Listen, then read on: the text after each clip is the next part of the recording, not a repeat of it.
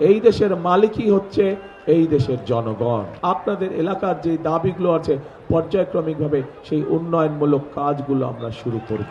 টাঙ্গাইলকে পরিকল্পিতভাবে আমরা পর্যায়ক্রমিকভাবে শিল্পের শহরে পরিণত করতে পারবো।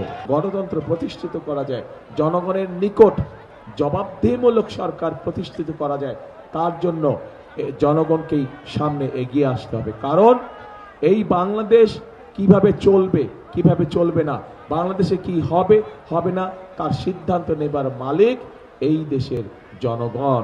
কারণ এই দেশের মালিকই হচ্ছে এই দেশের জনগণ।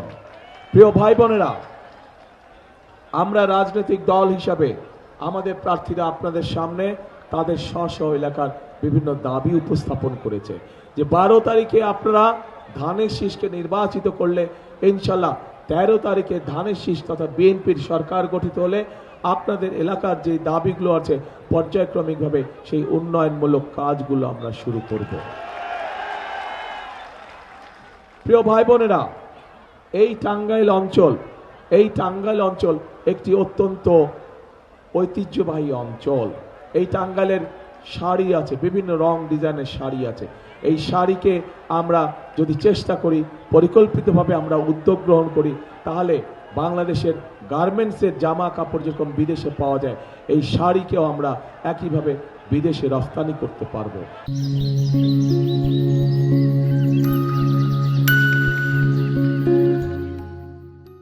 প্রিয় ভাই বোনেরা, এই টাঙ্গাইল থেকে টুপি পৃথিবীর বিভিন্ন দেশে যায়। যে নামাজ পড়ি, যে আমরা নামাজ পড়ার সময় যে টুপি, এই টুপি এই টাঙ্গাইলে তৈরি হয় এবং এই টুপি পৃথিবীর বিভিন্ন দেশে যায়। আমরা যদি উদ্যোগ গ্রহণ করি, এই টুপিতে যারা কাজ করে আরো বহু সংখ্যক মানুষ এখানে কর্মসংস্থানের ব্যবস্থা করতে পারবো। অর্থাৎ টাঙ্গাইলকে আমরা পরিকল্পিতভাবে, একটু আগে টুকু যেই কথা বলল, টাঙ্গাইলকে পরিকল্পিতভাবে আমরা পর্যায়ক্রমিকভাবে শিল্পের শহরে পরিণত করতে পারবো। পাশেই রয়েছে আমাদের যমুনা নদী। কাজে আমরা সেই যমুনা নদী যদি বাঁধ নির্মাণ করতে পারি এবং সেখানকার মাধ্যমে যদি আমরা এই মাল আনা নেওয়া করতে পারি একইভাবে, তাহলে স্বাভাবিকভাবে কম খরচে এখানে যারা মিল কারখানা স্থাপন করবে তারা তাদের জিনিসপত্র সেই নদীপথে আনা নেওয়া করতে সক্ষম হবে। প্রিয় ভাই বোনেরা, আমি বরাবরই বলে থাকি যে বাংলাদেশের প্রত্যেকটি অঞ্চলের নিজস্ব একটি বৈশিষ্ট্য রয়েছে।